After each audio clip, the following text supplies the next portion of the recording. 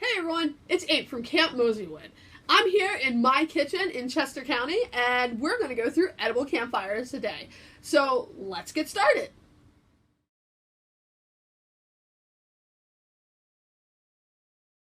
Alright, first of all, you need a few supplies.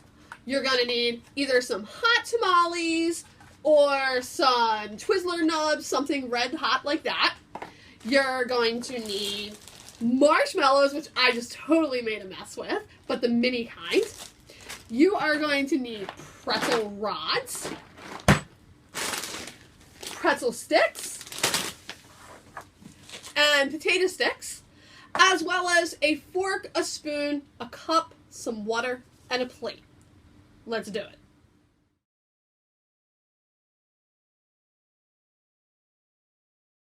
Alright, the first thing about any campfire is safety. It's the most important thing. So, we're going to make sure that our hair is pulled back, our head is covered with a bandana or a hat, and we have closed-toed shoes on. And my dad wanted to remind us that we also want to make sure we're not wearing loose clothing or loose jewelry around the campfire. Alright? We also want to then have our safety equipment. So, I'm using my favorite princess plate here as my ground around the area. I have my water bucket with its water in it. And then I have my rake and my shovel. My rake is my fork, and my shovel is my spoon. And we like to use established fire rings, but if we don't have an established fire ring, if we are able to move rocks to make that ring and then put them back after using it, that's awesome as well. So I'm going to go ahead and make my fire ring here. This is the most tedious part of your setup. You use your mini marshmallows, just like you would putting rocks around a fire ring, which most likely is already there, so you probably wouldn't have to do this part in a real fire building scenario. But I have to do it here to get set up. So using those mini marshmallows and putting them around just like an arts and crafts project, ready to go for your fire ring.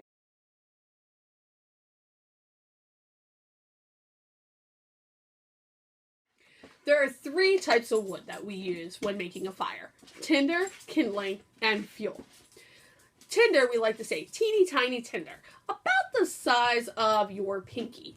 In our edible situation, we are going to be using potato sticks for our tinder. Kindling is usually around the size of your thumb. Okay, so bigger than tinder, but not super thick. So anywhere thumb to about your wrist size. Okay, and this is the diameter. I'm not talking about the length. Okay, and for our kindling, we are going to be using pretzel sticks. And then our fuel are the big logs, okay? But logs, anything your wrist or bigger. And so for our edible, we're going to be using pretzel rods. Okay? So we have our tinder, our kindling, and our fuel.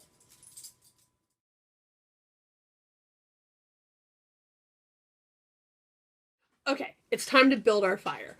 We're going to take our kindling, that's the middle size wood, between our thumb and wrist size, remember.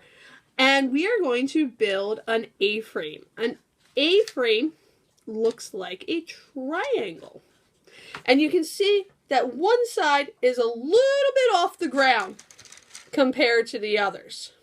Okay? And you can go ahead and make that a couple of layers high. It gives you some nice airflow within your fire here. Then you're going to take your tinder, that teeny tiny tinder, the stuff that's about the size of your pinky, and you're going to put it on top. Notice I like to put it on top and not all the way down in, because if I put it down in, then there's no oxygen that gets up to the fire. And fire breathes with oxygen just like we do. So I put my kindling on top of my fire here. my tinder on top of my kindling, excuse me. And it's there, and then we would be ready to take a match and put it right in there, and it would light that up. You need a lot of tinder in order to make a good fire. But notice I haven't even started with the fuel yet, okay? All right, we lit our fire. The fire is starting to go.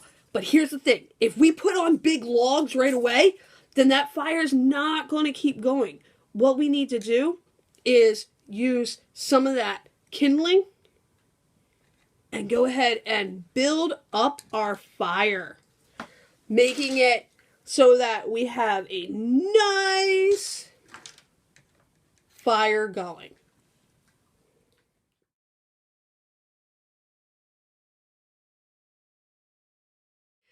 As we start to get those bigger flames, you'll see that a lot of the tinder is going away, and your structure might start to not collapse, but get a little messy. This is the part where you need to make sure that you keep feeding your fire, but make sure that there's oxygen there. Notice I'm still at the kindling stage. I have not moved on to anything else. All right, so I'm building that. Now I'm ready, as that's still catching, to go ahead and add the fuel. I don't need a super long stick like this though. It's okay if I break these and put your fuel on. Remember, this is the size of your wrist or bigger. And lay that fuel down around the outside. And make sure that my fire is going. Remember, if you have a stray log in your fire, use your rake, not your fingers, as you move it around.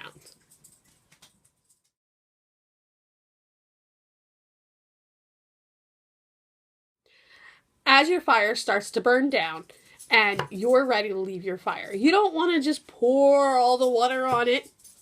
That's not good for it. What we're going to do is we're going to spread it out, because now it's touching the ground, and without the oxygen, it'll start to burn out more. All right? If you do need to leave quicker, you can sprinkle, but don't pour. And that you stir as you sprinkle. Make sure that your fire is completely out before you leave. You can make sure of this by making sure there's nothing red in your fire. And it should be able to, don't just grab, remember that's been in a fire, but take your hand and put it over. And if you can put it close, then your fire is out. But you should not just put your hand on the fire, because it could be hot and burn you.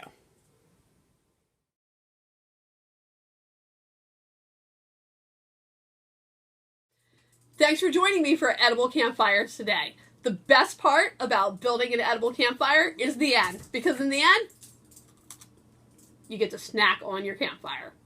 Have a great day. I hope you enjoyed learning about edible campfires with me today. Remember, Girl Scouts isn't canceled. We just moved it home. I hope to see you in the outdoors sometime soon. In the meantime, enjoy this quick blooper reel as my dog messes with my camera woman, my sister. It's not up here yet. You're no help.